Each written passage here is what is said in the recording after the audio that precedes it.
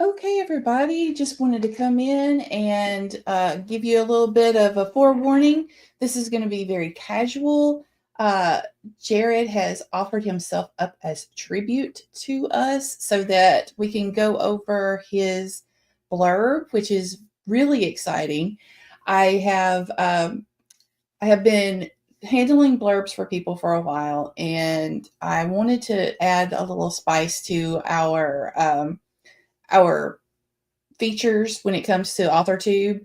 I've been running sprints instead of doing much of anything else. And I was like, well, if I do blurbs, I want to see if I can get somebody on here that might be willing to go over their blurb with me. And we can, that way everybody can see how much detail goes into writing a blurb and also kind of hopefully make you less nervous about going through that process because all of us have to do it as authors. So, anyway, without further ado, I'm going to go ahead and bring Jared up here on the screen with me. Hey, Hello. hello. Rachel, thank you so much for having me on here. I am so excited, and my community knows, everyone knows, I can probably talk about my blurb nonstop for days and never find the perfect touch. This was perfect. I find that I always go back over my blurbs and I think, oh, well, I could have added something here. I could have added something there. And they're already published. So, Mhm. the good thing A about being an writer's never done indie, rewriting, right? right? The good thing about being an indie is that sometimes you can go back and change a few things. Hmm. You can change these things in your descriptions. Hmm. But when it comes to the cover, your cover is kind of something that you can't change easily. So Yeah, I mean, once you you gotta launch be the cover, careful. I mean, I guess unless you do like you kind of have to do the cover relaunches through, I guess, special editions, and the Mhm. different versions. But you're right. Once you launch the cover, like that's the cover that people will generally know it by. Yep. You Hmm. have to pay extra money to get anything else done to it. So just be very aware of that. So Hmm. it's really important that people take their time and actually get the blurb that they really want, but also a blurb that's going to hook readers. Hmm. Because like we were discussing before, the live went on, it's the cover art and the blurb, a tagline and blurb that are going to make that reader decide whether or not they're going to get the book or not. Hmm. Completely agree. And this is what I tell writers all the time, right? If I think the thing that people really need to invest in is that cover design and editing. Now, obviously, it's interesting because I never think about investing in the blurb, but after speaking with you and seeing what you do with your books, I highly recommend investing in help with your blurb because if people don't like the blurb, they won't keep reading, right? Cover design, you got to pay for cover design. You got to pay for the blurb, and you can do blurb services very cheaply from what it sounds like, which is awesome. And Mhm. then editing, of course, which editing tends to be the pricier of them. But it's very worth it. It is highly, highly recommend. We released our books Hmm. because we were just, on a shoestring budget, and we just wanted to go ahead and get them out there to say we got it, and it was kind of a boost to our own Hmm. confidence that we actually got stuff out there. But then when I was able to then reinvest in something, I chose Hmm. editing, and that's the reason that we had to go back and redo a few things on the books. Mm. But No, that makes sense.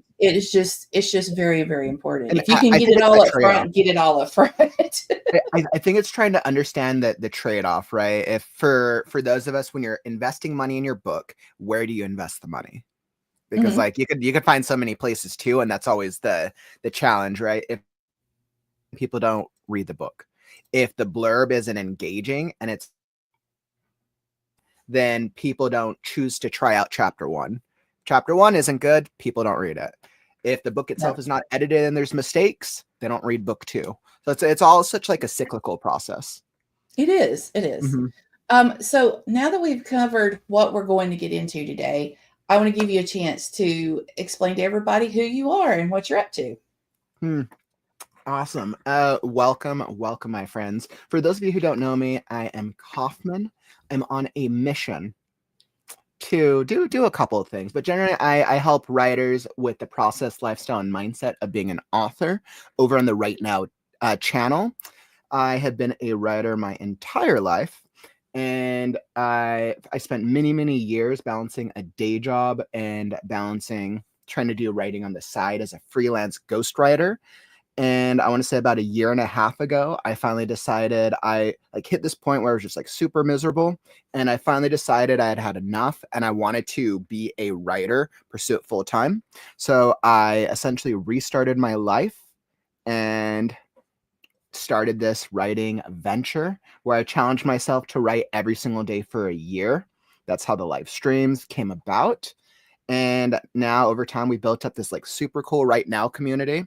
And it was probably one of the best decisions I've ever made. I now do book editing and writer coaching. And it's just been an incredible experience. Getting to meet people like yourself, Rachel, has been very rewarding. So that's me. Great. Mm-hmm. As all of you know, I am Rachel D. Adams on the books. My co-author is Dawn McClellan for the books that we've released so far, Urban Fantasy, Paranormal Romance.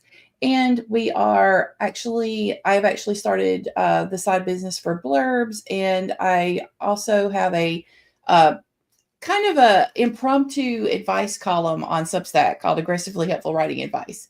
I did that because I saw things happening in social media land and thought, maybe, you guys don't understand everything about what's going on when it comes to indie writing and publishing.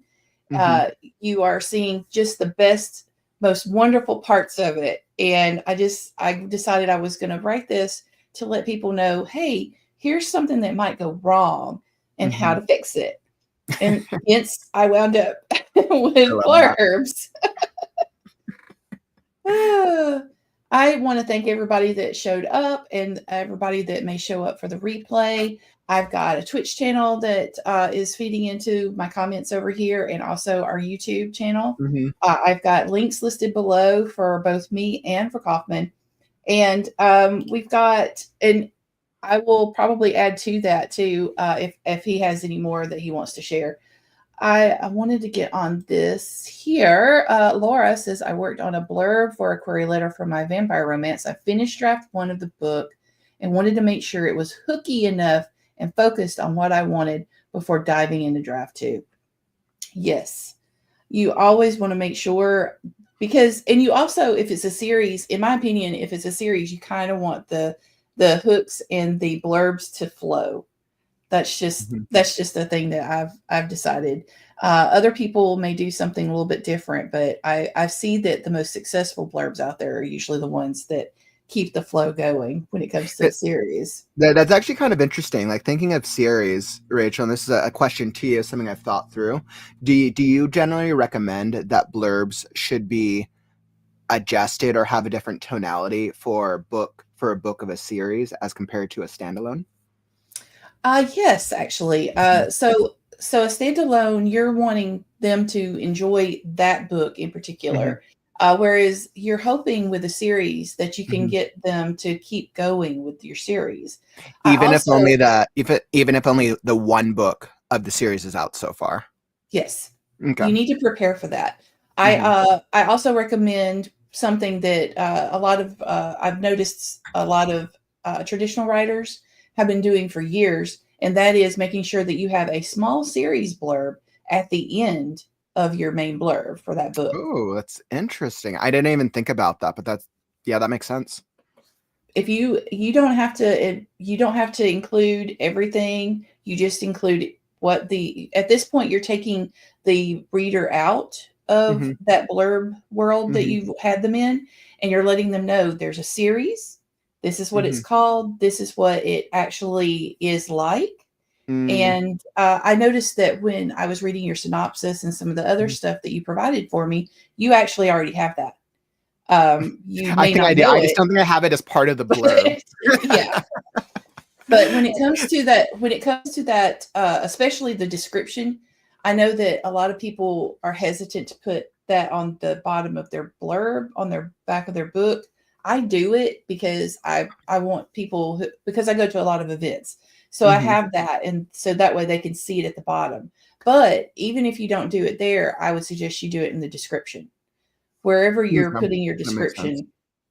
description, basically do it there. Yeah, Um, Rachel, I don't know if you remember, or if you saw, I want to say last year, I think sometime in the fall, I did a blurb stream where we talked about we reviewed blurbs, and we talked through it as a community, and we reviewed, I think, about maybe 10 to 15 or 10 to 20 just popular blurbs from best-selling books across different genres on Amazon. And what one of the trends that I noticed is, obviously every blurb kind of has its own style, tonally, which probably matches the book. But I noticed that some of the blurbs will start with like the editorial reviews. Sometimes you have the editorial reviews at the top. Sometimes they will have sometimes it's a reader review, or like a highlighted reader review, or a little bio about the author on the Amazon pages, which is what I thought was really interesting, because I had always assumed, oh, it's just the blurb about the book. Do you have any thoughts on that? my thoughts on that mainly have been, and I'm glad you brought that up. I, as a reader, I don't care about awards so much as I care about what I'm about to purchase. Okay. So if you've got awards, that's great to mention, but I really want to be hooked first. I want to know, do I want to buy this book? And awards, I have found books that I've fallen in love with, not one award, never won awards. They may have an editorial review on there, which is fine, because that's another person's opinion. But at the same time, I don't take that person's opinion as much as I take my own opinion, and I want to see what the book's about. So I just want to, for me, I would caution people to make sure that your readers, or your potential readers, know what your book is about first and foremost, and then accolades. That's fine, That makes accolades. sense. So yeah. So do you think it would work as a selling point if whenever I do the Scarecrow blurb, and this is just something I've been thinking through, to include what I'm doing with the Right Now community, since I essentially wrote Scarecrow through it, and I use it as an advertising of streamed 400 wrote this over 400 consecutive streams. I don't know if I would keep that in the blurb. I would say that might be something for another portion of your book, especially if you're looking at ebooks where you can actually put in front matter and back matter into it. I don't know that I would put that in the blurb itself, or the description space. You've got to remember that as far as the blurb is concerned, when it comes to the physical copies of the book, you've got a limited space on the back of the book. That's You a good don't want point. to do it there. I guess I'm like so used to looking at like the Amazon pages, but you're Now, right. the Amazon description, maybe if you put a space underneath the series blurb, or if you even folded it into the series blurb to as an addition to that. That's This was this is part of this series, and it's dark fantasy in it, and it's got this and this in it. And so if you really enjoy this kind of thing, if you really enjoy Guillermo del Toro's work, or things like that, whatever style of dark fantasy you're going for, then give this series a shot.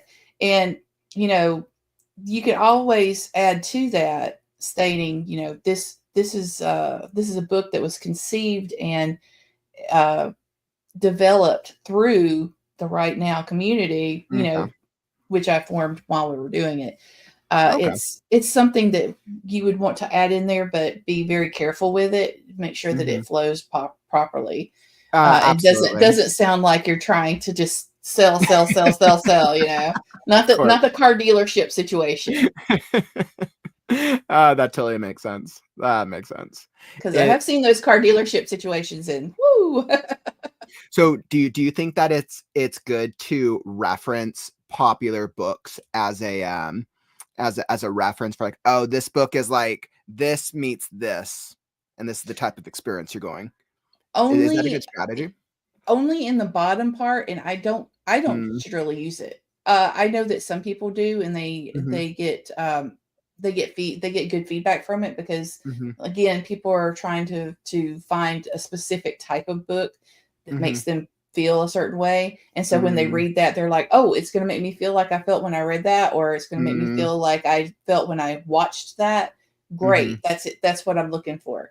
But again, I would be careful about putting that on a limited space on your book. Okay. The description areas, that's what makes the description areas for different ebooks or different platforms, selling platforms, Mm-hmm. so nice, because you can add that to the bottom if you want to. Again, it's just a matter of wording it correctly so that you don't sound like a used car salesman that Yep. Yep. is That makes sense. desperately to get something. That's the big deal for Mm-hmm. me. That vibe, you don't want to go for that vibe. Awesome. All right, so Laura says, writing the query helped me hammer down what genre the story is, and writing the blurb helped me nail conflict and stakes. Oh, I like Very that. important, very important. I like that. Because you keep putting it off and you keep putting it off, and you're like, okay, well, I've got to get a query out there, Mm-hmm. and your query is going to be very similar. Your query letter is going to include several other portions, but Mm-hmm. you are going to include a small summary, or basically your blurb, that you're wanting to hook the agent or whomever you're trying to impress. I am just going to go through here and tell everybody hello. Hello. I wanted Hello. to, Oh, hi, Don. so many people, and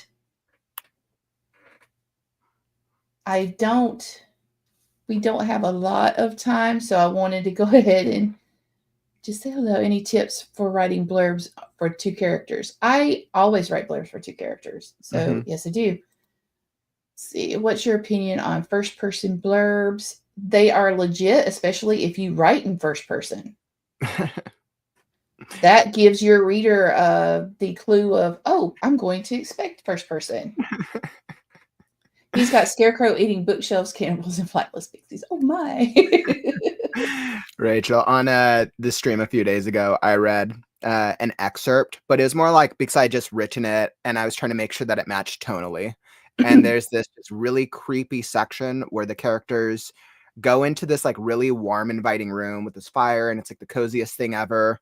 And they're kind of just watching this fire. And then as they're like talking, the fire's kind of entrancing them, but they don't realize that it's actually a trap. Like the pillows Ooh. that the crows eat is sitting on is actually like pulling him into it. Scarecrow's like sitting there and he sees drool, and then the bookcase tries to eat him. The pixie gets pulled in the fire, and then Scarecrow is literally like the last one there as all the furniture in it comes to life with these like ferocious like mandibles of death. And it's like Oh it's no. which leads into the chapter, The Village of Animate Cannibals. That makes sense now, because I was reading it, and when you read something as just a description, you're Mhm. like, what did they mean by that? I know. I love chapter titles, so I'm like I love trying to hook people. Chapter titles are great. Mhm. I agree. I love doing that. Let me go back over here to Calvin real quick. What I can do is we're going to focus on Jared's today, Mhm. because this is about blurbing with his work. But I hope to provide you with links to other resources. I have my Substack available that I have written 2 articles specific to blurbs. And I also have author resources available about writing blurbs, including a complete presentation that I did with Right Now. And I also plan on seeing today how we're doing this live and deciding for future reference how to do future lives. Do we do blurbing all the time? Are we going to do this every week? Are we going to do this every month? That kind of thing. Great. I'm glad you are happy about that. So my next question for Jared is, if he's the expert at his own work. Mhm. And that's the way that, even though people tend to get nervous about it, you need to look as an author at the fact that you are the expert of your own Mhm. work. So just tell us a little bit about the story, your premise and main characters. Mhm. And then I will start pulling things up and seeing what we can do. Yeah, absolutely. So it's interesting because I know I'm going to get to ask that question so many times in the future. And Elevator pitch. I know, right? And it's like, I feel like I don't have a good elevator pitch for it because my inherent default is like, okay, well, let's just go to the blurb. I'm like, all right, let me just like, I'll memorize the blurb eventually. And that's just what I'll tell people. I, I think the thing that I love about The Last Scarecrow is I hadn't planned to write it originally. I started it on the stream based off of a 2-page free write. I pulled a picture up. The thing, it was like a field and I think there was a scarecrow. In actuality, I don't think it was a scarecrow. I think it was a tree. But that's what led. It was a 2-page short story about a crow landing and stealing a scarecrow's hat, and that evolved into the story itself. So I was like, I could go on. I mean, I think the best would probably be maybe what this book is about. I think would probably be the most accurate. I would say, what is The Last Scarecrow about? It's what happens when you forget that you're the last of your kind.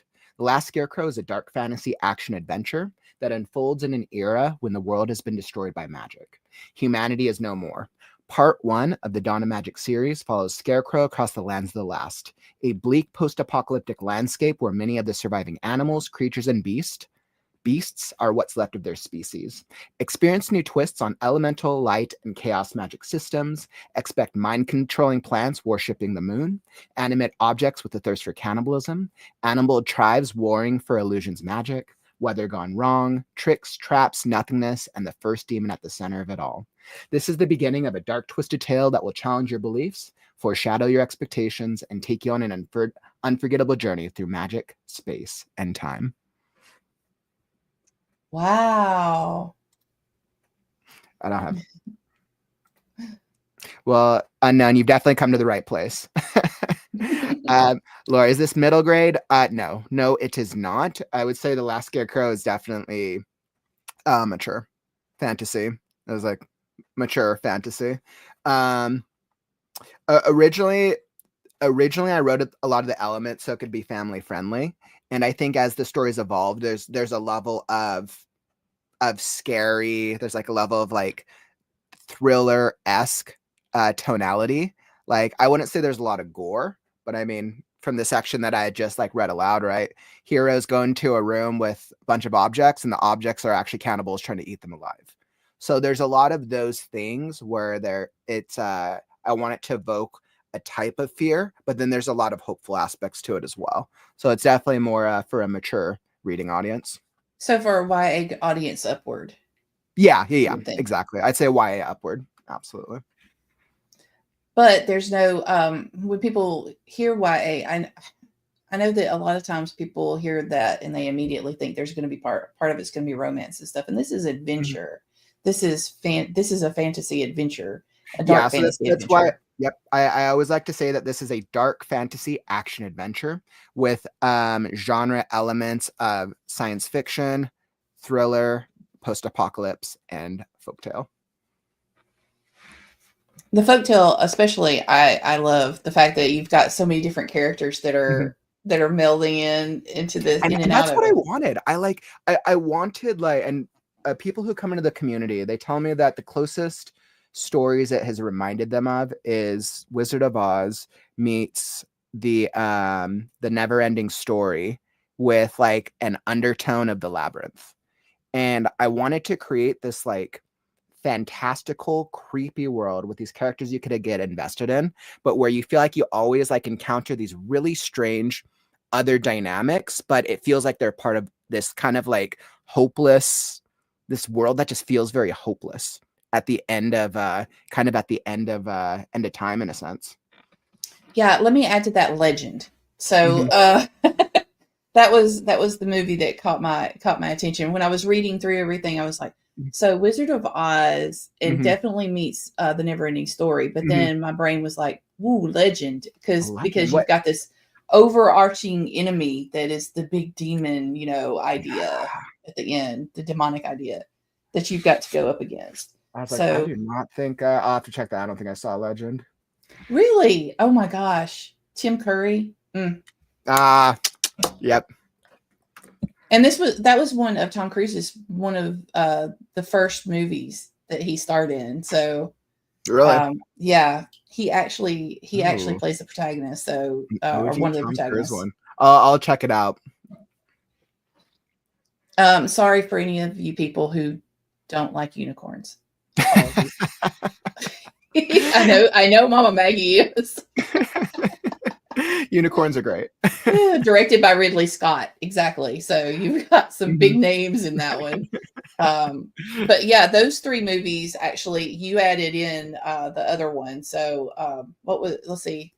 There was Neverending Story. Oh yeah, There, so I think Wizard of Oz and Neverending Story are the two where it's yeah. like those ones Those I've been really did that those were things that I thought about when I was reading it. So yeah, definitely. and then I've started to get an undertone of the Labyrinth because Mhm. the Labyrinth has like this kind of like creepy The world supernatural itself. factor. What was Yeah, that? the world itself Hmm. to me. And I think when we think of the Wizard of Oz, I mean the book series Wizard of Oz is actually darker. It's a Mhm. darker world tonally. The classic Wizard of Oz movie was made very much more family friendly, but granted it became a classic, so it was the right Mhm. decision. Um, and then Neverending Story is this kind of like weird, strange, very strange universe. But I wouldn't necessarily say it's like horror or like scary vibes per se, but it's a definitely fantastical. And I think Scarecrow is a step darker, a step darker tonally because of the thriller esque nature of a lot of the obstacles they encounter. Very I mean, the nice. antagonist is essentially a demon, so Yeah. So I'm just putting these up here. These I just wanted you to see all the work that he's already put into Mhm. his blurbs while we're talking. So I do have another question too. Mhm. When did you decide to what was the trigger that made you decide? Well, maybe this isn't shouldn't be so family friendly because Mm. there's a moment when you and I think for a lot of authors, there's a moment where Mhm. you're like, okay, I can either do this PG Mhm. 13 or 18 or whatever you want to use for your rating. So what made you decide that? Great question. So like I said, I started Scarecrow on day one of the right now streaming last year, January 1st. I want to say that I finished the rough draft in July. So it took me about 6.5 months of writing the rough draft consistently. And I only wrote the rough draft on stream. And I want to say it was around the midpoint. So I want to say that must have been about probably around March, probably April, I think, when I got to the midpoint of the story.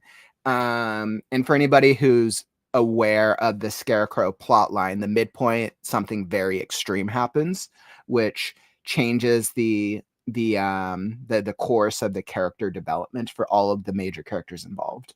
And I realized when I like pulled myself back and like I had my roadmap for the end of the story, so like I knew where it was going. And I looked back on the first half of the story, and there were a lot of fun family friendly obstacles. Originally, the mind controlling plants was just like a field of like happy go lucky like plants and like flowers, and it was like kind of weird, but it wasn't scary esque. Same with the cannibal village. The cannibal village was originally a bunch of objects that were worshipping fire. And when I was thinking about tonally what direction I wanted to go in, um, I felt that if I was staying true to the characters and I was really staying true to the story that I wanted to tell, that it really needed to match a darker tone for it to really um, elevate and emote the best, or for me to be able to bring out the best emotion for this range of a character journey. And that was just like me personally, just like trusting in the story and trusting in the character development. And then I went back to my core protagonist journey. I'm like, what's the story about? And I'm like, okay, that's if the story is about Scarecrow going through this world, at least book one is about Scarecrow going through this world, and really uncovering and recalling his memories. I think the concept of memory is it it could thematically work for a younger audience, but I think it would resonate the most with a more mature reading experience. So that's really how I landed there with more of a young adult above. Okay. I Mm-hmm. think that Did that that's, answer your question? I was like, yeah, because we had a shift too at one point, but it took us actually releasing the book and having feedback, unfortunately. But yeah, that's, I'm glad that you came across that almost a immediately just almost a water in your face moment where you're just like, wait, this is going to get kind of creepy, man. This yeah, yeah. Let's see. Mama Maggie had some questions here. Let's see. A scarecrow seeking to destroy or escape the nothingness. Why is it such a big threat? What are the stakes? Oof. I love that. I love These are that so all much. questions that I've already asked him too. So. Yes. Maggie, what I can say is these are the right questions. The nothingness. Let's see. What can I share about the nothingness?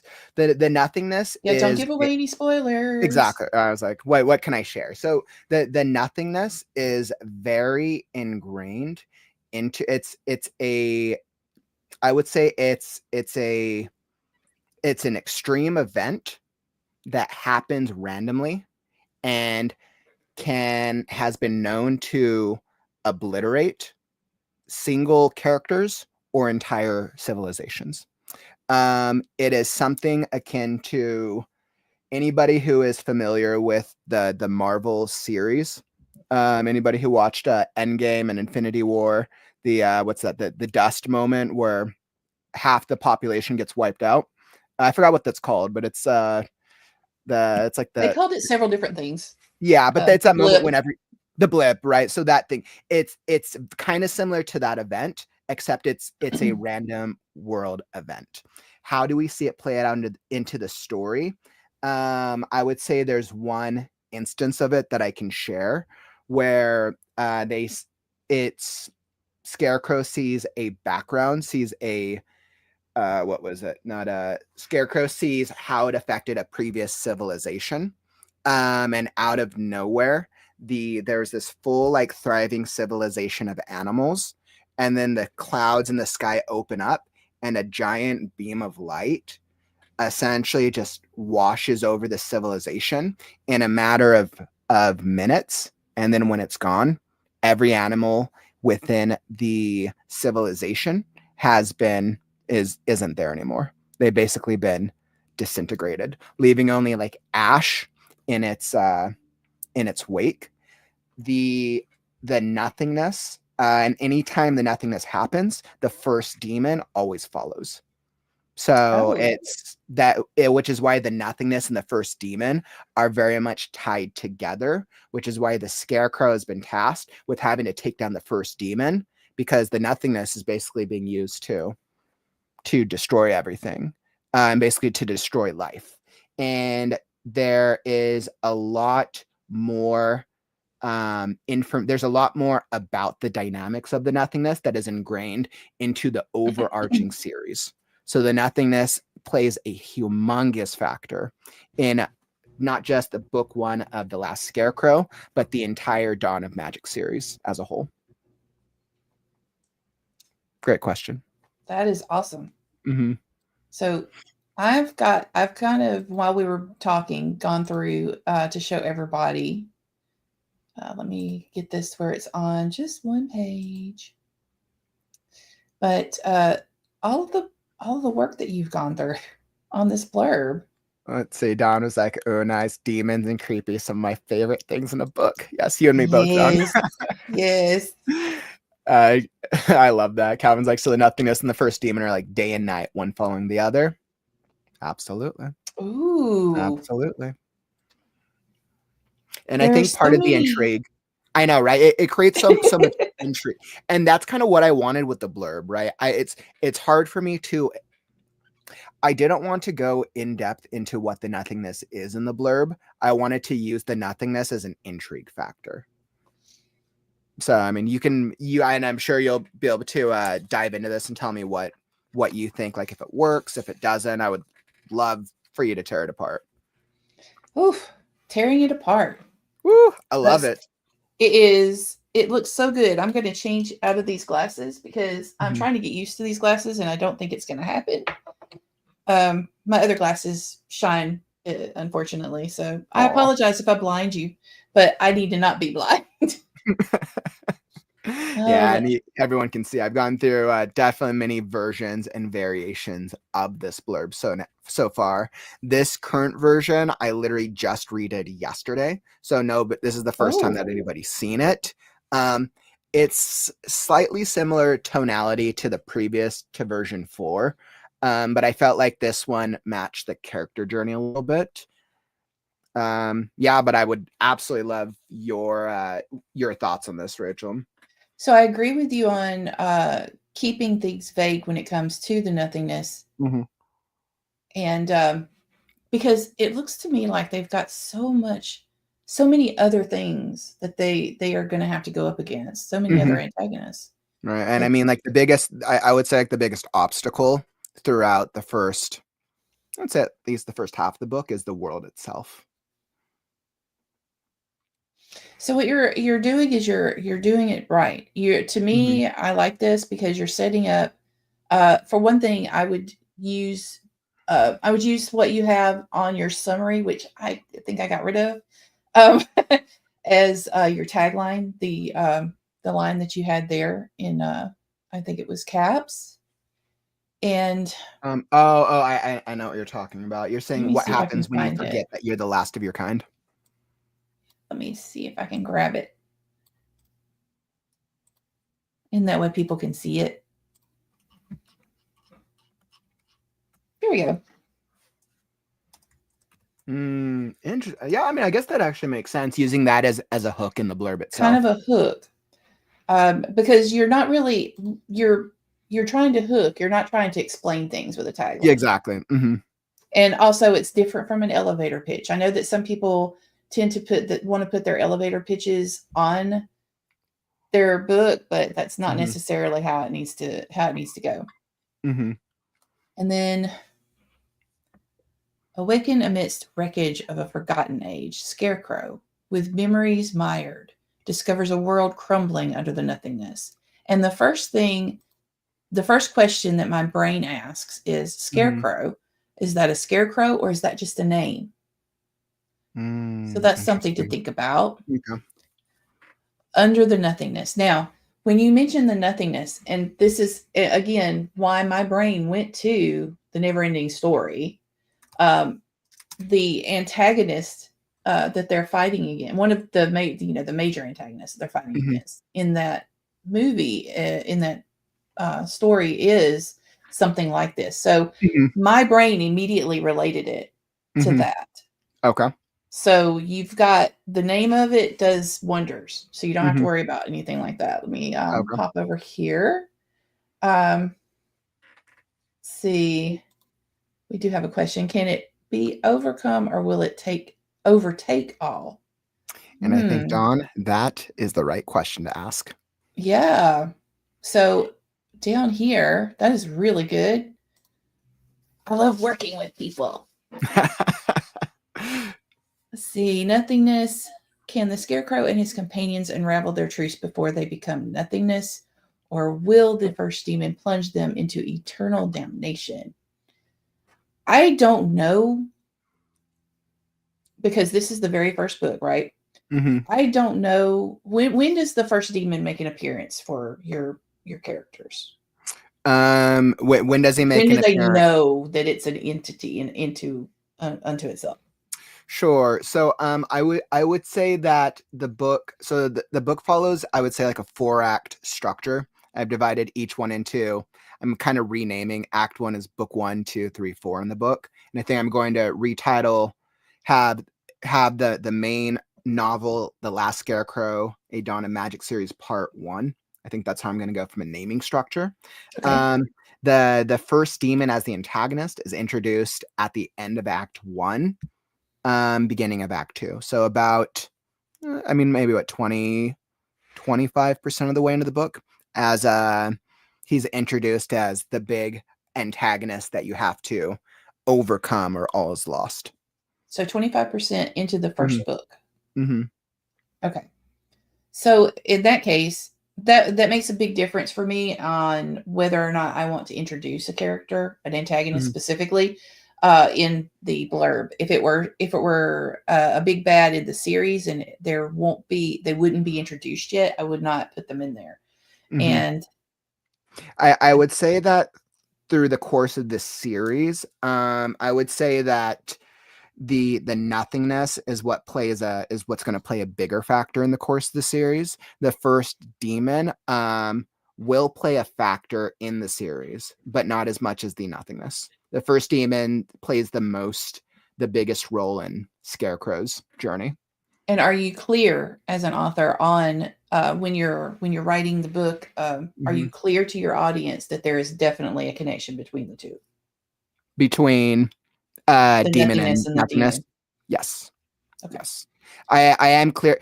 I do it through foreshadowing, but when I introduce the concept of the nothingness, I make it clear that the two are connected.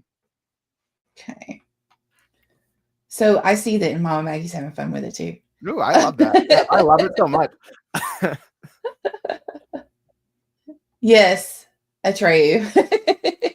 Wait to the never-ending story. Let's see. Working with me. Yeah, that's my girl right there. But it's a good catch and pull because you want to find out which one wins out. Awakening into a ruined world filled with amnesia. No, here's the problem. I have trouble saying amnesiac animals. Amnesiatic. Amnesiatic right? Animals. See, and I'm college educated.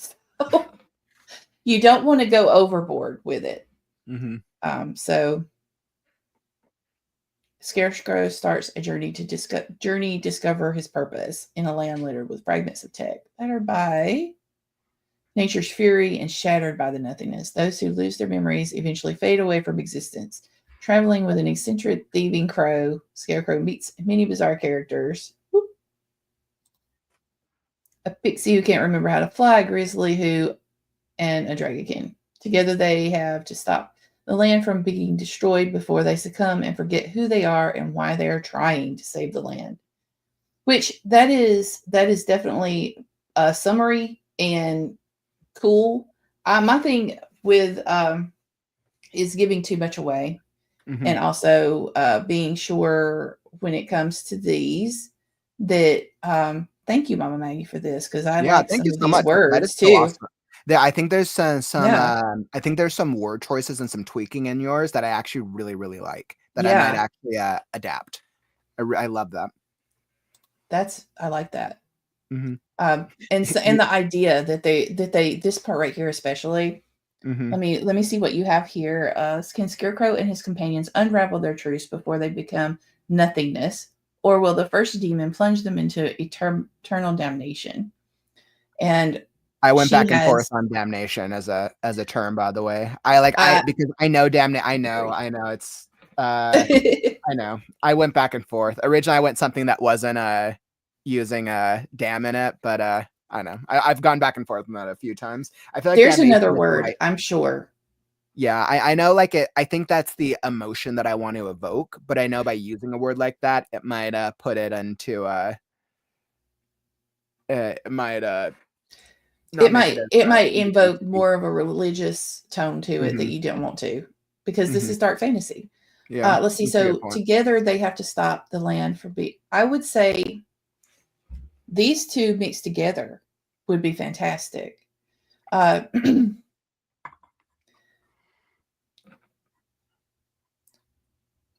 Scarecrow and his companions unravel their truths before they succumb to the nothingness, forget who they are, and why they were trying in the first place? Oh, I like that. Can the Scarecrow and his companions unravel their truths before they succumb My brain just decided it doesn't know how to spell succumb. Yeah, and I like that. This one needs to come too. Nothingness. Forget. Let me just, I don't want to delete that right now. Forget who they are and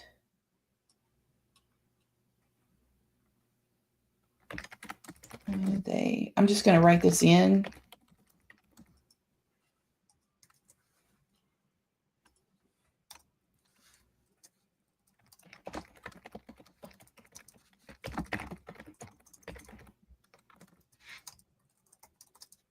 And it's playing around like this. This is my fun. I like doing this. I do too. I think this is awesome. And what you do as an author, just, you've got your main set and you've got it saved so you don't mess that up. And then you get an extra page and you just start playing with it and start moving things around. To save the land. $10 words. Exactly. Eternal suffering. Oh. Ooh, that's a good one.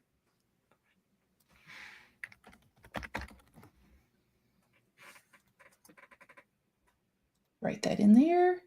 Like them thick words. Okay, so together they traverse the lands of the last. I want to. Your blurb already makes me want to really get animated with it. Ooh, so I love it. That's I love good. It. Together they traverse the lands of the last, where each shadow hides a predator. Every sunrise beckons the moon, and hope lies like an unnerving melody of entrapment.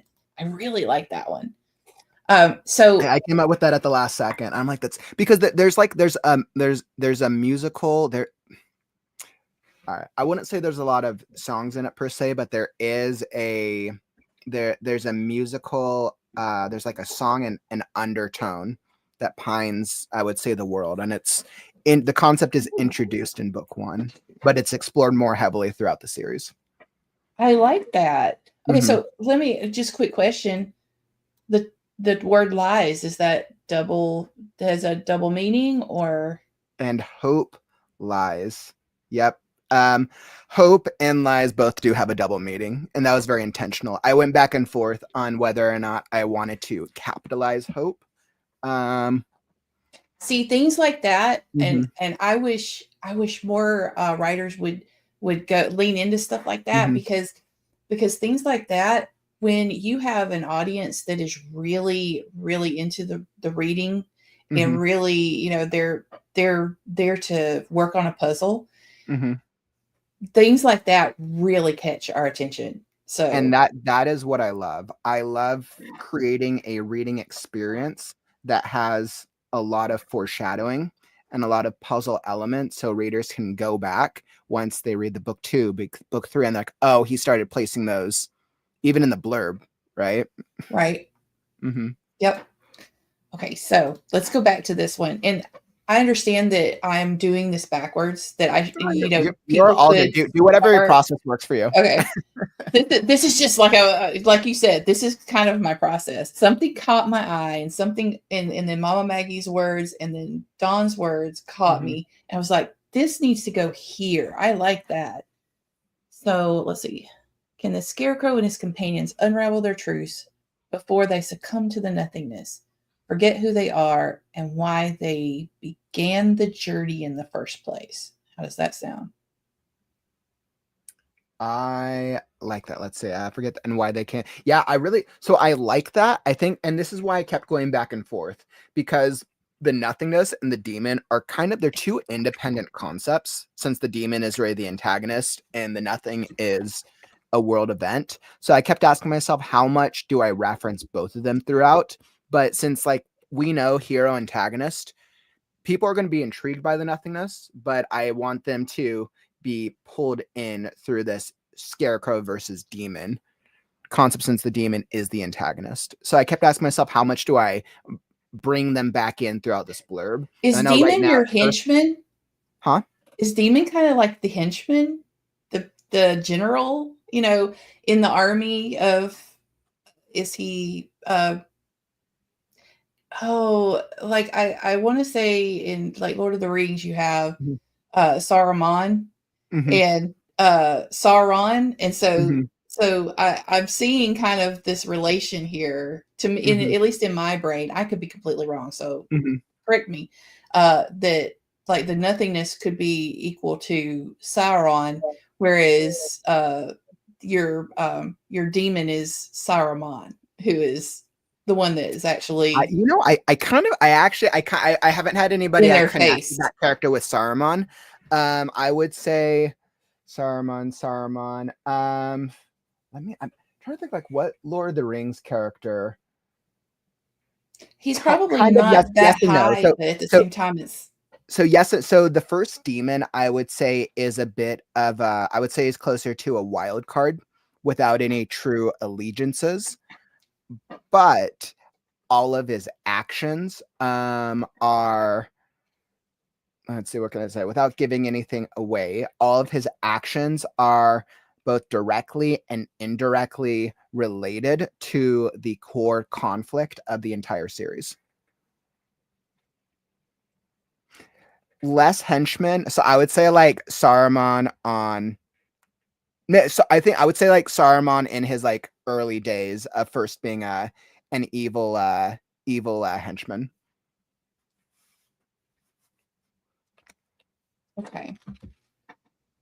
Will the first demon, and I also like,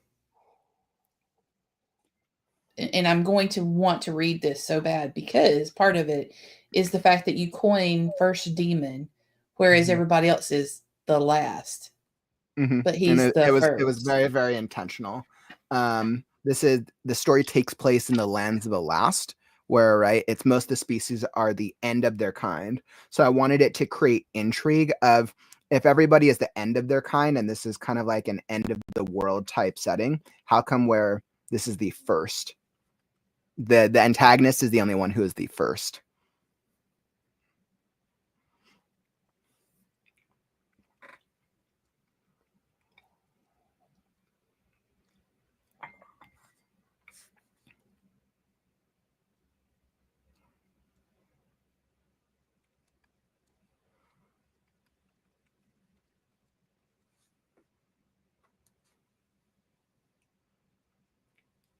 Now this is something you. I'm just writing this in there. You can always Mhm. change that. I was just, but he's basically he has a found family with It these. it is a found family. And I guess this is going to be a great question that I'll have for you because this is really going to go more into what's that? Where's the I would say this will go into more like the second paragraph of the blurb. But I asked myself, how many of the main characters do I introduce? And I went with Scarecrow and the three biggest companions. Mhm. There's two relatively bigger companions, but they're more predominant in from the midpoint to the end of the book. But I feel like introducing six companions in the blurb felt like a little pushy. It is a little bit pushy when it comes Mhm. to you want to make sure that I goal. felt like four was kind of push. Four was like that Mhm. max, and those are like the four biggest ones I would say. Yeah.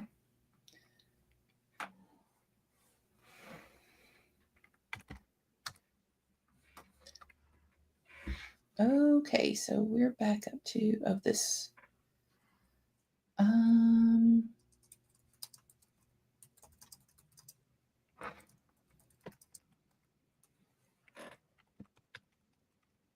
I'm using the term that you used at top because Mm-hmm. we may try to find a different term for that. Okay, So, I can like that. Scarecrow and his found family overcome the challenges of their crumbling world, or will the first demon plunge them into eternal suffering? So we've got to figure out how to combine. I would say combining those two sentiments right there, those two questions.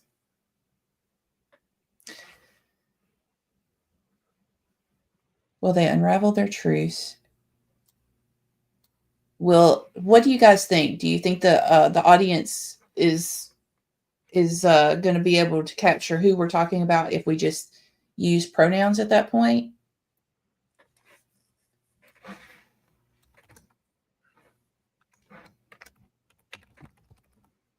Or we could put, will the heroes be able to unravel their truce before they succumb to the nothingness, forget who they are and why they began their journey in the first place? And then if you didn't like the idea of using the key kind of a keyword found family in there, if it just doesn't fit your vibe, then since we took companions out here at the bottom, we could actually make that into and his companions. I like that. I was like, do they become a family? I mean, because it's pretty early in the series, so it is early in the series. I would say that there is a very notable plot arc about them starting off as individuals, it evolving to him considering them companions, and then evolving from there to them becoming friends. And that is something that I touch on. I think the climax on the end does touch upon the family concept, but it doesn't really explore it fully, because that's going to be a theme actually that's more fully explored in book 2. Yeah. So you don't want to introduce things like that too soon, especially when in this day and age where there's lots of people who have fixed ideas about what found family is, or what a specific trope that they love is. And so that's the reason I asked. And I think that, I think you should go with companions if you're going to do anything. What about friends? Do you think companions versus friends? I kind of went back and forth, because then friends insinuates that they're going to become close with each other, whereas companion still keeps it a little bit more. Well, it depends on how far you want to go with the first book, because friends is something that you could actually save for the blurb for your second book in the series. That's a good point. I like that. Because at that point they probably have become friends, and you see them start to that bond. I believe, just from hearing what you've said and also reading the summary, that this entire first book is about them getting to the point of trusting one another to become bonded as friends. And that it will probably take going through everything, considering their entire world has just forsaken them, so to speak. So at least to me, if I were put in their shoes, I would have a hard time trusting anybody for a while. Which is why Scarecrow is the notable exception to the world, because he's very overly trusting, and he is punished very severely for that, unfortunately. Unfortunately. I understand where that comes from, though. I get that. I've seen that play out. So let me go back over here real quick. Don't want to overwhelm it. I like how you've got them mentioned, but you don't go into detail. And I've seen so many people try to go into way too much detail when it comes to side characters. You definitely want to keep it to where you're focusing on Scarecrow, and you are, and you're just mentioning the most important allies. And like you said, if the other ones don't show up until midway through the book, maybe save their spotlight for the next book, or when they're going to be more pronounced. And yeah, I kind of went back and forth with their motivations that I mentioned. So like each of the characters, I added their motivation in this blurb, and I didn't have their motivations originally, right? I have Sharp-Tongued Crow lost without his younglings, the Pixie is lost without her kind, and the Grizzly Bear is lost without his soulmate. I didn't have those lost tags originally. Because I wanted that to be like thematically of like, oh, okay, that might evoke an emotion of that they're all lost. Yes, I agree. I think that's good. I like that. And it doesn't work for everything. But in this case, I really, really like it, because it brings that that feeling, that emotion out in you. Mm-hmm. They're lost, lost, lost. So that's going to be the thing that binds them. Mm-hmm. And that's the reason, again, they're companions right now, because they're bound by the fact that they're lost. Mm-hmm. But then after this book and having to go through the climax of this book Mm-hmm. and coming out on the other side together, then having yet another adventure that they're about to have to go on, that's going to actually turn them into friends, I think. Mm-hmm. So Mama Maggie asks, does the first demon have to be mentioned as the thing behind the nothingness, or should that be part of the hook? That's a great question. I have gone What do you back and think? forth on this exact question about 100 times. That's what I asked. That's why I asked him the question that I did earlier, because when I saw that there were two, and nothing wrong with having two antagonists, Mm-hmm. we do, but and I've seen plenty of other people have more than one antagonist, but that was why I asked the question that I did. Yeah, and I would say for the first book, I would say the demon is the antagonist. I would say the demon is the core antagonist, and I would say the nothingness is a more akin to a world event. You just took the words right out of my mouth on that. Wow. Yeah. But Okay. like the nothingness in itself has such an intrigue factor that I know that the nothingness as an idea immediately hooks the reader, because it's a unique it's just a unique thing, and I know that I wanted to rely on the nothingness as a hook. She also asked, how can they stop the nothingness and whatever is behind it if they are forgetting who they are? And that's a real question Is now, isn't it? that Mm-hmm. that's something you need to stay vague on? How can So they that's stop the nothingness and whatever is behind it if they are forgetting who they are? Great question. That's explored very in depth throughout the journey. yeah. The So that's idea of something that memory and loss is explored very in depth. that's something again that is going to be loss. I think that, and I don't know if you've got that on here, but the word loss, Mm-hmm. as far as Mm-hmm. perhaps something that you would put in the blurb portion, sorry, the series portion of the blurb, is that is one of the tones that you, or one of the themes that you explore, is loss. Mm-hmm. And so that could be something saved for your series blurb. Okay, I like that.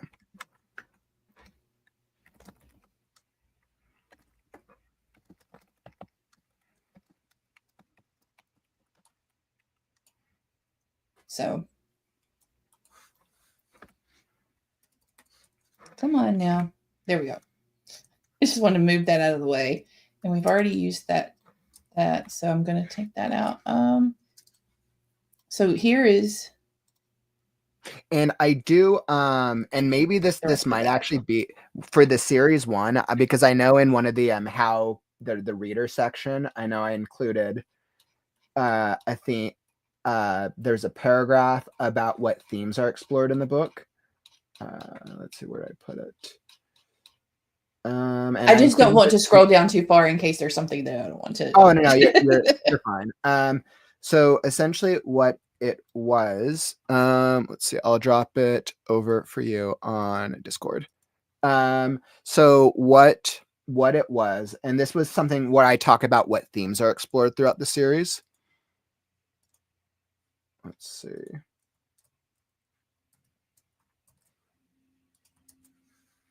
There you go. I just dropped it over on Discord chat. Okay. I said that some of the major themes explored are magic and its consequences, identity and self-discovery, trauma and healing, resistance against hopelessness, environmental and ecological extremes, survival of the fittest, grief and loss, and kindness versus hate. Now, I don't know. I don't think like the blurb needs to have all of those, but I was trying to No. just give an idea of what types of themes are explored. And that was more for the website. That was more for the website's purpose. Because, websites, you can do a little bit of everything. Mm-hmm. But yeah, you want to make sure that what you're, again, on the back of the book, you've got a very limited space. Mm-hmm. And then when it comes to the description, you don't want to overwhelm people when it comes to what they're looking at. So Okay. I would say when it comes to these, So you think just like stick to like 1, 2, or I would, especially for step into a spellbinding tale of mystery, magic, melody, memory, and mischief before it's too late. Uh, I don't know that those before it's too late. This sounds this part right here, Mhm. where you're stepping the step into the spellbinding tale of mystery sounds more like the stepping out portion of a series blurb, because you're Mhm. asking the audience all their questions Mhm. when it comes to the blurb itself about that particular story that you're trying Mhm. to tell in this book. But Mhm. this step into a spellbinding tale of mystery, magic, melody, memory, and mischief, which I love alliteration. Thank you very much. Um, is this to me sounds more like the next step, which would be the series blurb, Okay. because this describes the series, not Okay. just the one Yeah, book. I actually that makes sense. So, yeah, okay, I like that.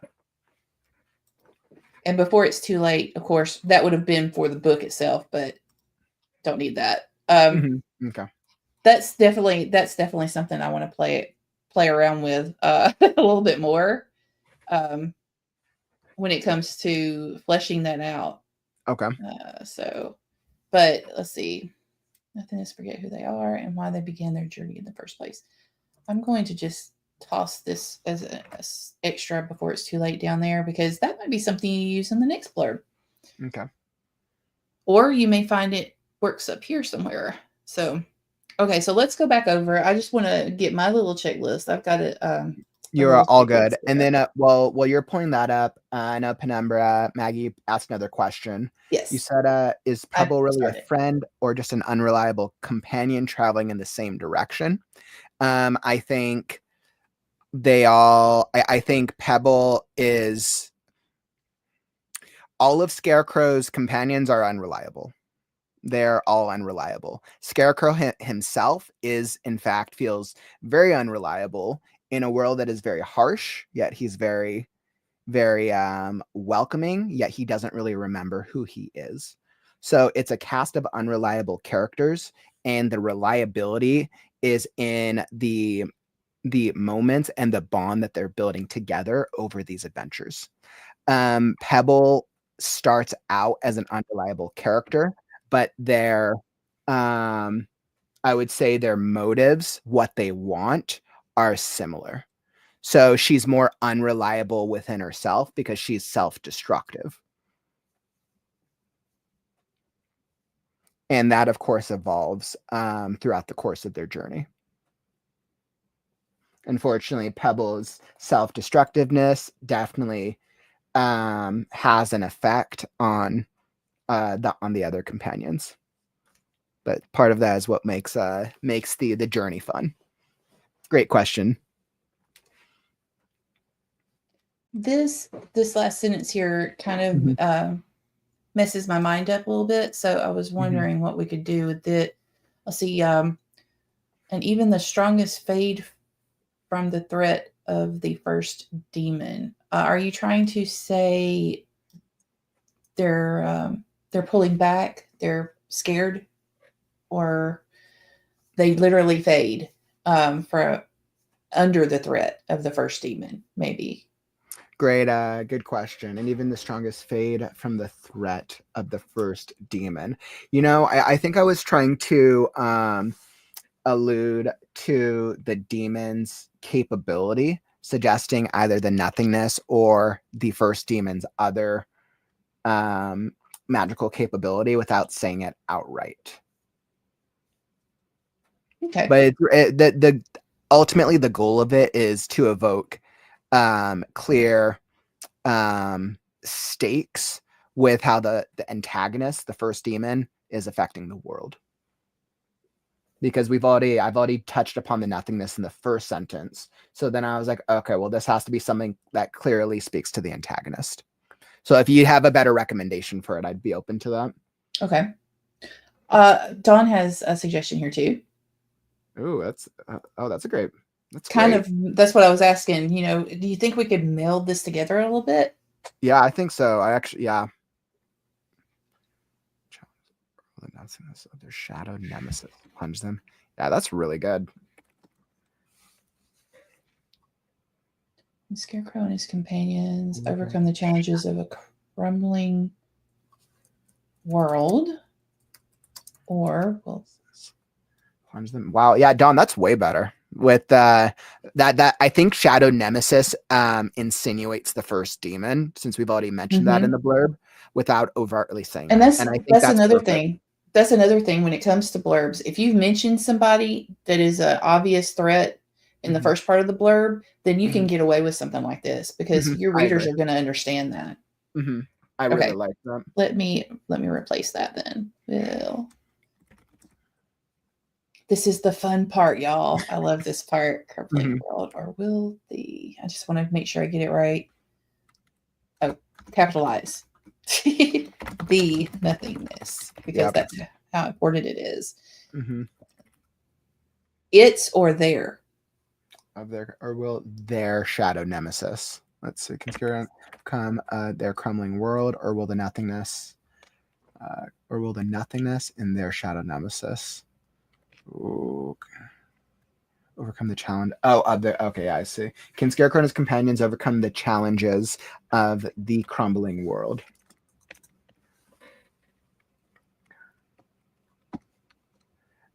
I would say overcome the challenges of a crumbling world. Okay. So that way we don't repeat the twice. Overcome the challenges of a crumbling world, or will the nothingness and their shadow nemesis plunge them into eternal suffering? So what I'm asking, and what my brain catches on, is there.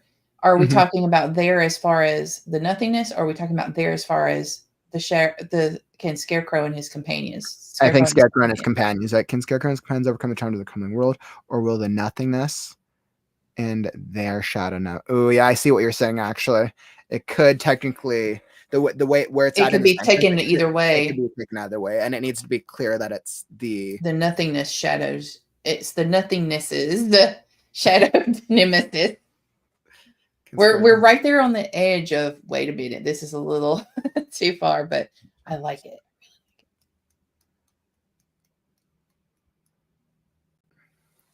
Can we get away with using the it's shadowed nemesis? Because at this point, people are just looking at the nothingness as a thing. Scarecrow and his companions overcome the challenges of the crumbling world, or will the nothingness and its shadow, or will the nothingness and their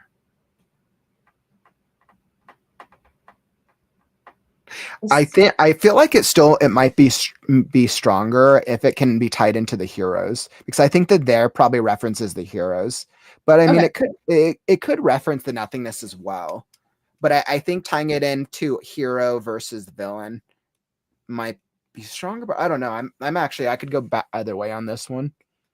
This is going to be one of those situations where it's the author's choice. So yeah.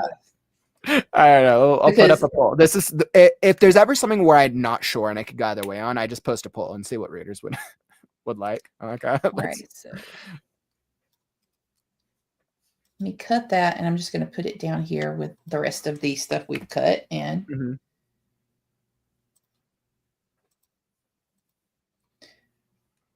There we go.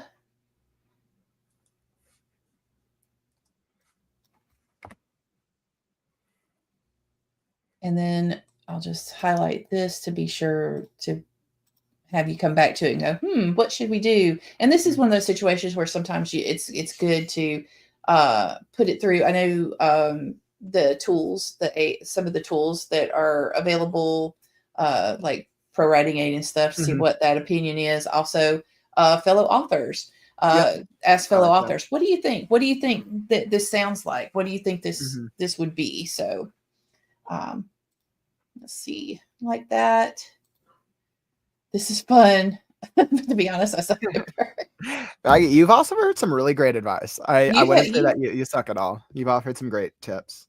Is there a time limit on how long it takes for the forgetting to happen? There is not. It's random. But there is actually a rule. There is a rule. There are actually rules to it. But the reader doesn't get to understand the system or the rules till later in the series. but for the purposes of the first book, it's a random effect. Do we want to use dying instead of crumbling up here? Scarecrow with memory, it wakes to a world crumbling, to a world dying under the nothingness. Well, I mean, dying definitely does evoke a little bit more.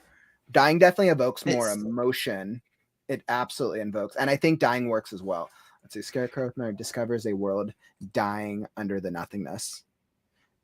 Does dying sound as where with my discovers a world crumbling under the nothingness, a world dying under the I think crumbling sounds better, but I think dying evokes more emotion. Decaying, collapsing. I've decided to pull out my magic thesaurus. Let's see. Wakes to a world decaying. Don't be ashamed of using tools. Yeah, no, I was like, yeah, I know. Usually what I'll do is I'll go to ChatGPT. I'll pull in the clip of the sentence and be like, give me 20 different word alternatives. To a world decaying, collapsing.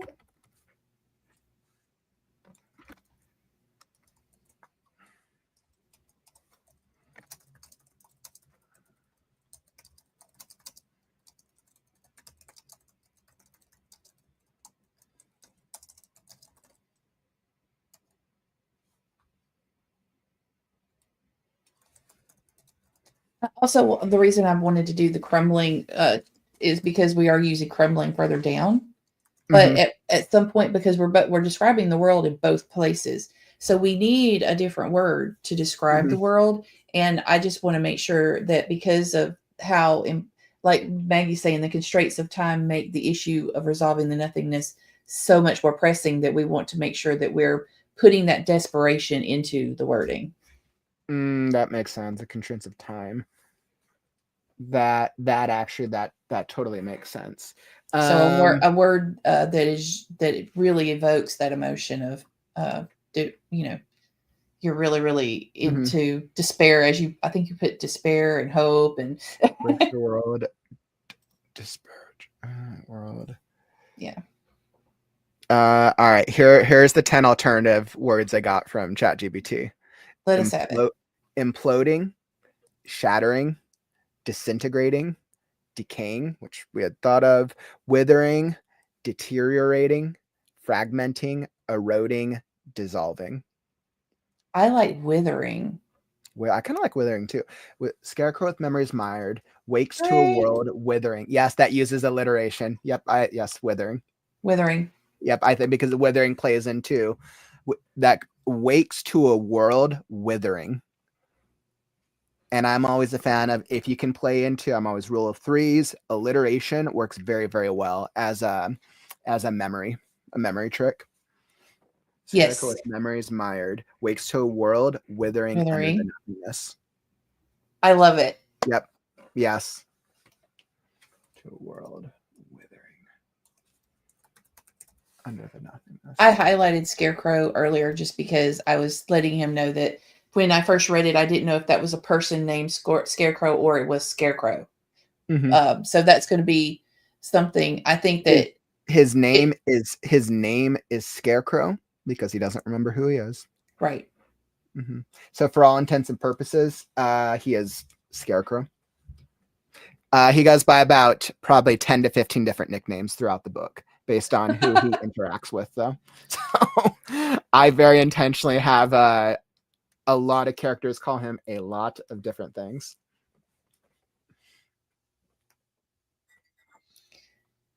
So we've got, I like this. This is explaining things. This is you're introducing your characters. So you've got your world, you've got your main character, you've got your world, you've got your side characters that are important to the plot. Then what they're doing. So what dangers are lurking, what the impending doom is for it. And let's see, you've got down here, when you've got your questions, you're talking about what they need to do to make this work, and also the possible worst case scenario. Mm-hmm. So you've got everything here now, and it brings us down to the questions and then the series blurb to introduce, let people know who are reading your blurb to begin with, hey, this is going to be part of a series, Mm-hmm. and this is what the series themes are. Again, okay. Truth is, to your questions earlier, I prefer not to mention other people's work, Mm-hmm. but that is a marketing, you can use that as a way to market to other people. I saw it being used in PitMat all the time, Mm-hmm. because they've got a limited amount of space, and they're trying to get people to understand what their book closest resembles. Mm-hmm. So I don't know. I think that Yeah, that's more of a if that's why I've you. gone back and forth, because like when I say The Wizard of Oz meets The Neverending Story, that those are two very fantastical worlds, but very different vibes tonally. Instead of lost, perhaps wayward companions. I think Wayward can work. Can the Scarecrow and his wayward companions overcome the challenges of a crumbling world? I think that could work. Can Scarecrow and his companions and his wayward companions? Scarecrow and his wayward companions. Scarecrow and his companions. His wayward companions.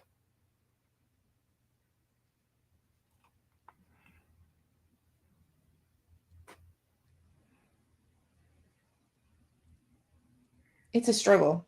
Mm-hmm. Fade. No, I think that I really like withering. Yeah. Mm-hmm. And we've got some from Maggie. The great forgetting began with a flash of light, leaving the land in ashes. It was called the nothingness, because that was the fate of those who forgot. Last Scarecrow, a thieving crow, and blah, blah, blah, blah. An odd assortment of mythical and mundane begin a desperate journey to discover the truth behind the nothingness and stop it. But how can Scarecrow save a land almost lost? Are you sure you're not good at this? I know, I Maddie. think You have some really great ideas. I love the ideas, man. I really do. How do you start to write a blurb?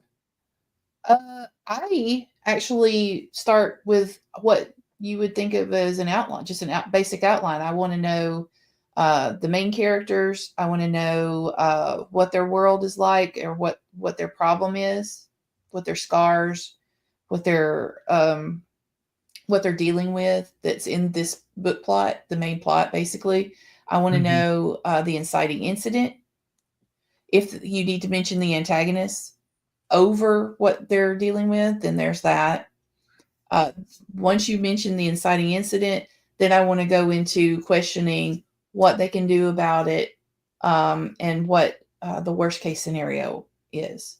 And that's just the basics, down to just a outline. It can become more in depth.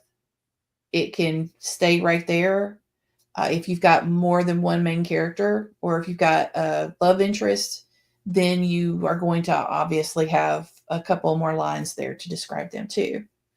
But that's your basics, at least to me, um, that get people hooked into the book. And then you go Mm-hmm. back, and once you have your basics, do what we're doing, Mm-hmm. which is going back and making sure that you really are hitting the emotions with the words, Mm-hmm. and that you're not over educating your audience on stuff that they don't need to know. I think the question that I've always asked myself with blurb writing is, how do I get a potential reader to feel something in 3 to 4 paragraphs? And that's, if you can get them to feel something, Mm-hmm. they'll be intrigued enough to read chapter 1. And I think that in itself is the challenge. Present Scarecrow is more of a linchpin character versus a group of characters. Yeah, in the original versions, of the blurb, I focused more on Scarecrow as a standalone. But I think by leveraging the friends and making it feel like more of a group dynamic, I think it makes it feel more like they're all lost together. Mhm. And I think that works a little bit stronger, but I'm open to adjusting. When I'm looking at this, because he's set it up with the word lost so many times with the different people, Mhm. it really, and also he's mentioned in the very first paragraph here that, nature's elemental magics are in check, creatures lose their minds, even the strongest fade from the threat of the first demon. So that tells me that they're walking through a world where this is going on all around them. Mhm. There are sad stories and tragedies happening all Mhm. around them because of this. So yeah, that's powerful. Mhm. So this is how I do it. Also, another way that I can come up with something really quick is the elevator pitch. The reason it's called an elevator pitch is what are 4 sentences that you would tell someone in an elevator to get them to read your book. You only have enough time from entering the elevator to exiting that elevator to Mhm. get them to read your book. So what would you say? And that's how you come up with an elevator pitch. But if you take that and then you expand upon it, because you're touching on main character, main plot, what could possibly go wrong? You know, I I also think Maggie, Mama Maggie, I think you're more of a pro at blurb writing than you recognize. You just said the three absolutely. T's: trauma, tragedy, and turmoil. Like that's a great way to frame it. Withering, yep. Withering was the way to go. Yep. We got past that. I'm going to skip a little bit. I want to wave to those. Let's see. There's James coming in. Thank Mhm. you. Aw. Leaving likes and love, Gwenna. And then the world is forgetting how to exist. Ooh, Yeah, a world forgetting how to exist. That is the truth. That is the truth. me? So we've got all the conversations, and Mhm. everybody is so sweet to welcome everybody and talk to everybody and sing Aw. hi to everybody. So I love this community. Appreciate you, Darkwood. Welcome, welcome. How are you doing? And this is where he was talking about trauma, Mhm. tragedy, and turmoil. And you don't want to give away too much. Just a point of advice for me, and I know that some people may press against this, but if you word your blurb so that people know that everything's going to be fine, or that they're actually going to accomplish what they're setting out to do, then you're not hooking your audience, because your audience wants to find out if they make it through. They want to find out if there's going to be a happily ever after. They want to Mhm. find that out by reading the book. But if you let them know right up front, that's going to cut your audience down quite a Mhm. bit. Only They're only I would say like maybe 20-25%, if Mhm. that, of people who want to read your book that will still read it if they know Mhm. they already know what the end's going to be. Mhm. Is it the same with two main characters? Yes. Uh, I have to go into, well, different books in our series have different main characters, and I've also written, especially romance. And it could play the same for any kind of genre. If you have two main characters and they get equal time, equal point of view, they're both very important to the plot, then you kind of want to, in your blurb, give a little bit about both, whether that be in Mhm. the same paragraph or separate paragraphs within the blurb. Usually I try to limit it to two sentences, though. Usually kind of like a this is what's happening in their life. This is who they are. This is what's happening in their life right now. And then maybe a third sentence, especially if it's a romance, how that relates to the other character, because you want to kind of foreshadow a little bit with how Mhm. that relates to the secondary character. or the not secondary, but the other character. I think great examples is probably look at stories that look at book blurbs for that have large casts of characters and see how it's done well. Like I would go look at like Game of Thrones. How Mm-hmm. was that blurb done when there's literally like 20 characters? There's a lot of characters, obviously. Um, Wheel of Time, great fantasy series, focuses like probably one of the most notable for having the most cast of characters over the 14 books, but there's still a core protagonist. So I would always reference cast of characters, and that gives you an idea. Yeah, Ed Greenwood, R.A. Salvatore, a lot of the fantasy, if that's what you're leaning into, they have a large chorus of characters. And that would, if you get several comps, whenever I have worries about anything when it comes to a blurb, I will go and research the comps for that book. Go to one of the local bookstores and look up stuff. So you've got a bunch of puts, and you may look weird for doing it, but that's okay. Put all the books on the table and start looking. Okay, take notes. This is how they did it. This is how they did it. This is how they did it, and see what appeals to you, and see what you think. Because if it appeals to you, like as a reader, then it's probably going to appeal to the audience. I absolutely love this, by the way. For if they fail, all light, all love, all life will be consumed. We have the same stakes. I like that. Shall I write that down? Yeah, let's save that. That's awesome. If we fail.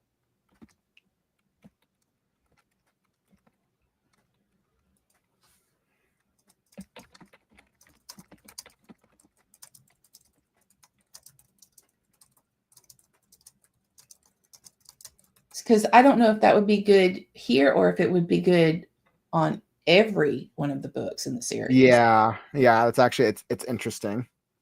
I like it. Action. Hello. I love that. Hello Ben, there. welcome. That's awesome. It is very similar to a synopsis, but you're not giving everything away. Whereas in a synopsis, you are actually giving a lot more detail. A blurb is there to hook. It is part of the marketing of your book.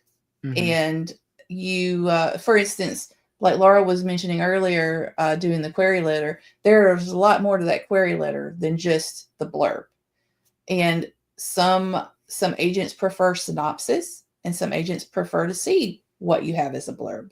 So yeah, it's a little bit more detailed. Synopsis more spoiler-like, blurb spoiler-free and intriguing. Yes, that at least that's the way I see it. There are other people that do this that are like, well, this is an example from the Lord of the Rings. In the very last paragraph, it says, "The Lord of the Rings tells the great quest undertaken by Frodo and the Fellowship of the Ring." And I'm like, and now I want to know. And keep in mind, a lot of the things that you see, especially on things like Lord of the Rings and stuff like that, they've been altered through the years too. So we'll see. Gandalf the Wizard, the Hobbits, Merry, Pippin, and Sam, Gimli, the Dwarf, Legolas, Boromir. It just names them all. Interesting. Yeah. And that's over the series, which I mean that makes sense. I mean that is what the trilogy does follow all of them. And that would be the trilogy blurb or the series blurb that would be at the end, because that's the very last paragraph. And it's you're basically telling the people this is what you'll find in the series, and versus just the book, and then the big part of it goes to the book. Yeah. And when you're talking about the blurb, not the series blurb, like what Kauffman's got on here, he's describing he in maybe 4, if not 5 words. This part right here, he's describing each of one of the characters, but it's not taking up a lot of space. You see, he's chosen his words very well. And I would say that, well, But when it comes to the Lord of the Rings, everybody knows. I wouldn't say everybody knows the story, but in my brain, everybody knows this story and everybody knows who they are. But yeah, like how he breaks it down: the wizard, Gandalf the hobbits, wizard. the dwarf, the elf, and so it's kind of like he's also kind of describing them, but doing it with as few words as possible. I've tried writing a blurb, but I keep spoiling the first volume, while the second volume blurb is much better. But you're learning. That's just a proof that it's like, okay, well, this is what I did the first time, but now I know to do this, and you get better. Same with writing anything. You're getting better. I love the demon art in the corner. I do too. I think your brand and your logo is really, really cute. Yeah. So I wanted a combination of demon and dragon, and that's what I got. I want that too. Did you hire an artist to create that? I gave them the idea and let them go for it. And so now I've got that on all of my merch. So if you're interested in merch, I want to create something like that for Scarecrow, probably like a chibi. It's called like a chibi, right? Yeah, it's that type chibi of art or emote art too. I want to create something like that with Scarecrow. I don't know. I don't know which character is the best to advertise. I mean, Scarecrow's obviously his story, but readers seem to attach the most to either the pixie or the crow. It would be a dope painting. It would. I would like some of the scenes just do one that has all three of them. Maybe if I can create a chibi art that is able to leverage all three of them, that'd be cool. Right. So because they're naming each one of them, but that's the part that I'm like trying to decide if I like or not as far as writing a blurb. It's like, well, do you need to name all of them except for the ones that are the most important, or and also it depends on. I would also tend to lean toward the fact that the point of the Lord of the Rings was to prove that nobody was more important than anybody else. And that's why it makes sense to me. And I know you're not supposed to do this to Tolkien, but you're not supposed to try and figure out what he meant. But at the same time, I'm like, that kind of makes sense that they would be listed. All of them would be named because that was part of the point of the book, was that nobody's more important than anybody else in this fellowship. Do you sell it as a stubby?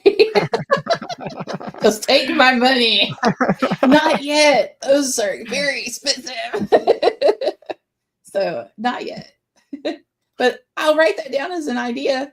We sell them as everything else, stickers and then labels on stuff. So, and like, I can just imagine chibis of Scarecrow and all of them too, like, that would be so cool. But we've got some people that are pros at merchandising, and yeah. Yeah, I've told everyone I'm the Scarecrow. I haven't revealed too much of the Scarecrow strategy, but I've developed a 5-month launch strategy. And in a perfect world, I would love to launch Scarecrow by summer. But I'm right now probably about 35 to 40% to the second draft, and I have to get to the draft first before I can feel like I can commit to dates. Yeah. All right. So back to this. I'm going to finish reading this really quick. So yeah, I get you on this. It's an example of a big cast that feels a lot different than Game of Thrones in terms of how important each character is. And that's I think that's part of it. It's like, for me, my brain immediately goes to, but they're all very important. And he wanted to make sure, or whoever's writing the blurb wants to make sure of that. With some blurbs, if they list a lot of characters, it becomes a checklist of finding them when you're reading the book. Yeah. And sometimes you'll get disappointed. I mean, just from personal experience, I'm like, well, where is this character? That line is from several of the prophecies in Relic of Time War, but my version of the nothingness is called Devourer or Devouring Entity. Oh, okay. I like this that. Right here. For if they fail, all light all love and all life will be consumed. Is that from yours? Because it's a wonderful quote. Mm-hmm. Absolutely agreed.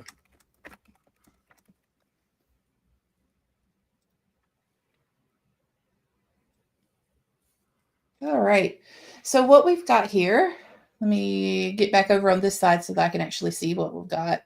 What happens when you forget what you're, wait a minute, let me go back because see, I already stumbled. What happens when you forget that you're the last of your kind? Scarecrow, with memories mired, wakes to a world withering under the nothingness. Nature's elemental magics rage unchecked. Creatures lose their minds, and even the strongest fade from the threat of the first demon. Haunted by loss but driven by hope, Scarecrow sets out to find the truth, joined by unlikely allies, an eccentric, sharp-tongued crow lost without his younglings, a flightless trickster of a pixie lost without her kind, and a lovelorn grizzly bear lost without his soulmate. Together, they traverse the lands of the last, where each shadow hides a predator. Every sunrise beckons the moon, and hope lies like an unnerving melody of entrapment. Can Scarecrow and his wayward companions overcome the challenges of a crumbling world, or will the nothingness and their shadowed nemesis plunge them into eternal suffering? Will the heroes be able to unravel their truths before they succumb to the nothingness, forget who they are, and why they began their journey in the first place? So, that is what we have for the main blurb. And then at that point, Question for you, Rachel. Does it feel repetitive having two questions back to back at the end of that blurb?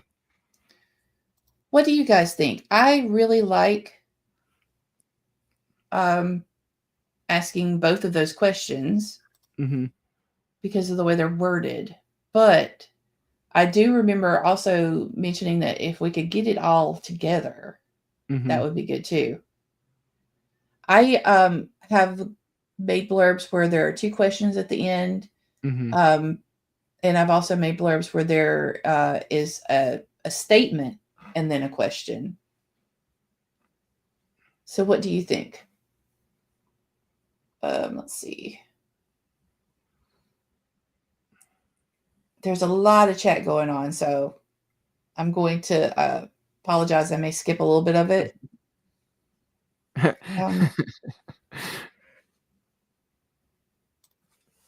I like multiple questions in my own writing. Kauffman has noticed that. I mean, because this is my when I think about questions, when we ask the reader multiple questions, we're almost programmed to psychologically forget the first one when we're asking them a second and a third question, because when we ask a reader a question, the reader now wants to know the answer. So now they've stored like, okay, I want to know this answer. If you follow it with a second question, the first question loses relevance.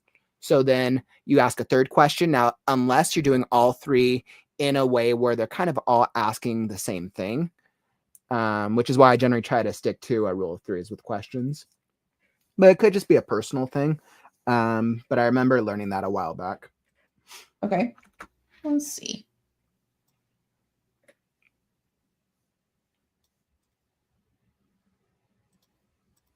Because I'm very visual, so. Mm-hmm.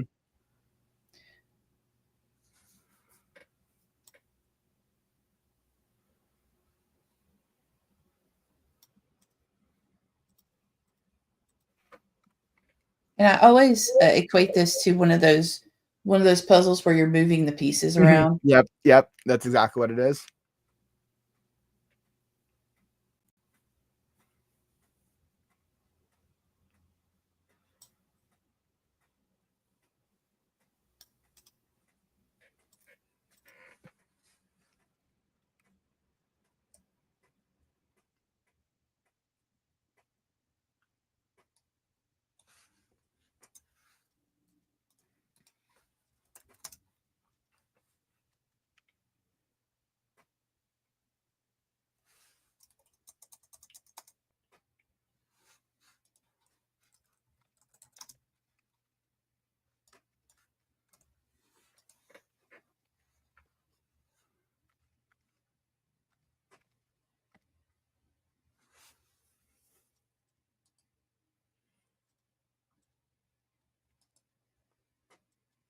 Yeah, I don't know. I mean but So that it makes it sounds so good. The thing bulky. is that the questions sound so good. Like both of Mhm. those paragraphs sound like, so I don't know if it might just be a me thing. I mean, Rachel, what do you think? Do you think that the leading ending with the two questions works? Can Scarecrow and his wayward companions unravel their truths and overcome the challenges of a crumbling world or forget who they are? I honestly like both questions separate I do too. I was like, I think because trying to when you combine it. try to combine it, it becomes so heavy. Yeah. I was like, let's just leave it as is for now. That's fine. I'm fine with that. I think what I might do is I might maybe think about if there's a Actually, let way me go to. back and then that way I can just cut this and I can put it down here in the notes for you. Yeah, okay. Something to think about. Mhm. Something to think about. There we go.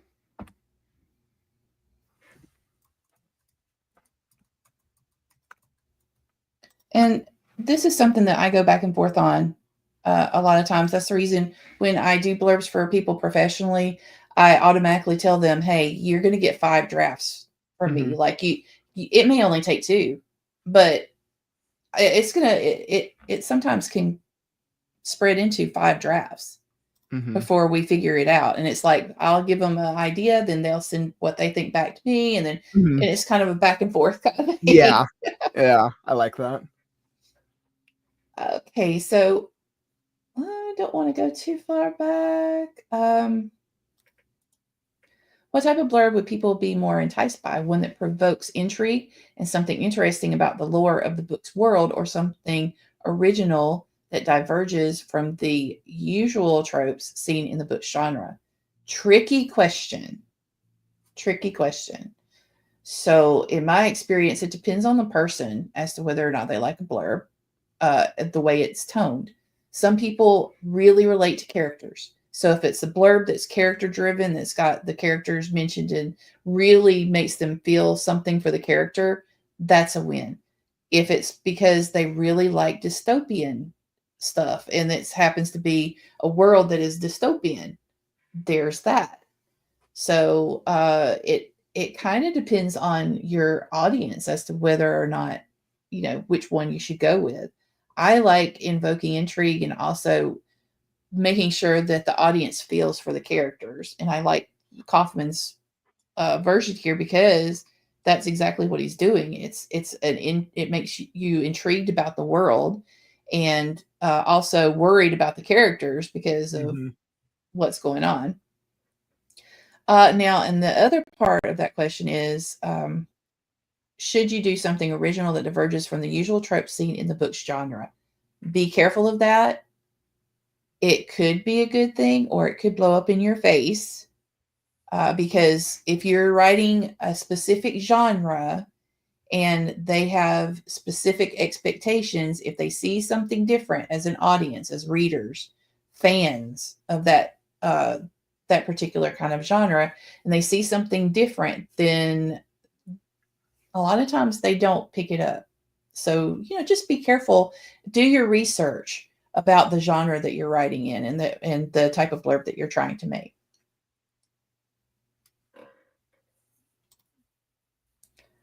Help me figure out what blurb. Yep. Your audience is your main thing.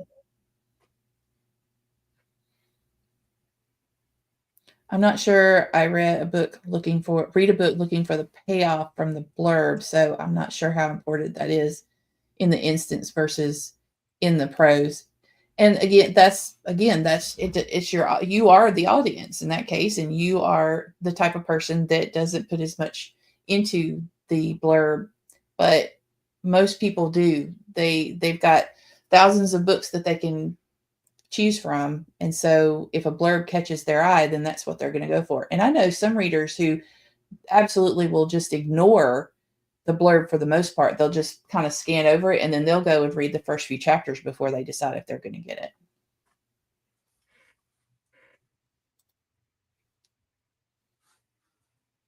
I think the second goes better with the last paragraph. Have you considered mentioning the first demon as the master of the nothingness? Ooh. Oh, that's interesting. That's an interesting way to frame it. Some would definitely think so. If there's a question in a blurb, I normally take that as the book focuses on the character's growth, but I'm a weirdo. I don't think you're a weirdo at all. I think that that's a good point, actually. And that the author is really, really intent on making sure that you're interested in finding out what happens to the characters. 5 blurb drafts? Okay. Which one is it? Do you think there should be more or less? Hello. How are you doing, Tracy? This is one of the blurbs of the book. Okay, so fanfictioneer guy gave us a blurb. Jonah Emmett, young Anthropian, finally makes his way into an Anthropian-friendly university. However, his life takes a drastic turn when his enigmatic human roommate Calvin Brooks accidentally lets his guard down. Oh. I don't know how work get started. But yeah, you've mentioned the name and you've mentioned their world as it is right now. So what is the strength of your story? Also, if your book is really intriguing, go with that. If it's got a lot of trope subversion, you might be able to lean into that maybe. Yeah, it's when you're writing your blurb, you are marketing your book. So that's the important part to remember. Love your book babies. Yes, love your book babies. But this is part of marketing. And until you see it as part of marketing, it's going to be a challenge for some people because they keep wanting to put everything. They want to tell everything. They want to make sure you're excited as they are about their book baby. But it's part of marketing. So you've got to make sure that you're honing in on what's going to market your book best. And that's really important. Intrigue is much more effective. I like a mixture of both. So that was what I went with mine. And I think that he's got a good job here on both. And I just love, I love these two right here. Right. I think because it's the characters, right, that we connect with. Yeah. No, that's not what I mean. Okay. Where are we at? Having a good blurb is great, but what is at stake of being forgotten? That's what Kauffman was talking about. He's worried that the second question will overshadow the first. Yeah. There's truth to that. So that's what. That. Yeah, that's what we were working on, and he's gonna work on that too. So Don mentions reading this makes you wonder who's actually controlling the nothingness and who is pulling the stunts. I love that. That is the right question to be asking. Yeah. So that's why I was talking about, it's kind of like the question I said to begin with. It's like, do you want to leave that vague? Do you want to bring that out? And I like taking and just leaving the first demon there first, because then you're like, well, ooh, okay, who's that? What's that? And they're two separate threats, but is it makes your brain go, oh, well, is it separate threats? Are they working together? What's going on? Mm-hmm. There's that intrigue. Mm-hmm.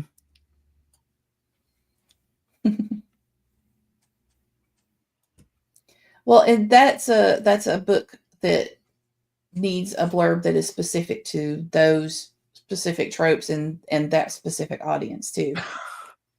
Oh my God, Maggie just said. I just saw Maggie's comment. I am a chaos scribbler. Go for it.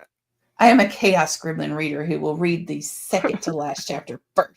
I could never do that. I could never do that. That would bug me so much. It would bug me to the core because I'm have to read things in sequential order.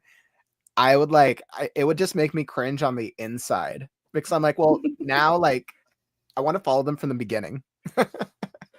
That cracks me up. It might have. I don't control YouTube, and YouTube can be weird. Also, Twitch could be weird, and I'm using StreamYard, and it's just a whole bunch of weird.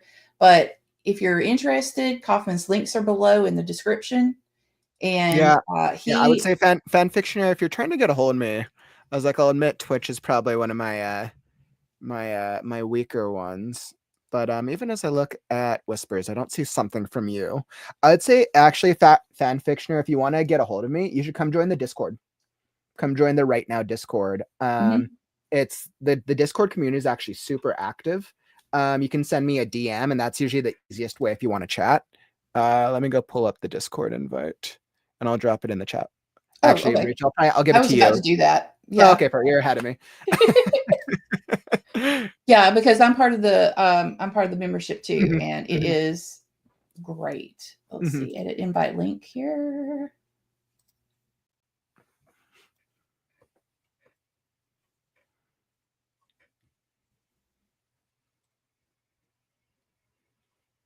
Let's see if this works.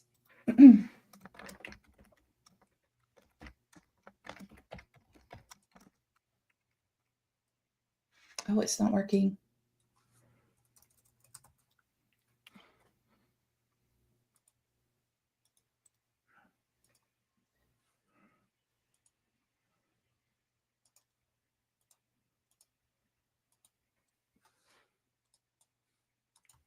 Max number of uses not limited. I just dropped it in the private chat for you.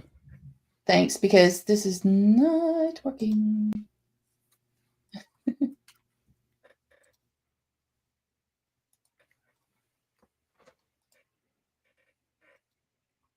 It may just be a Discord setting.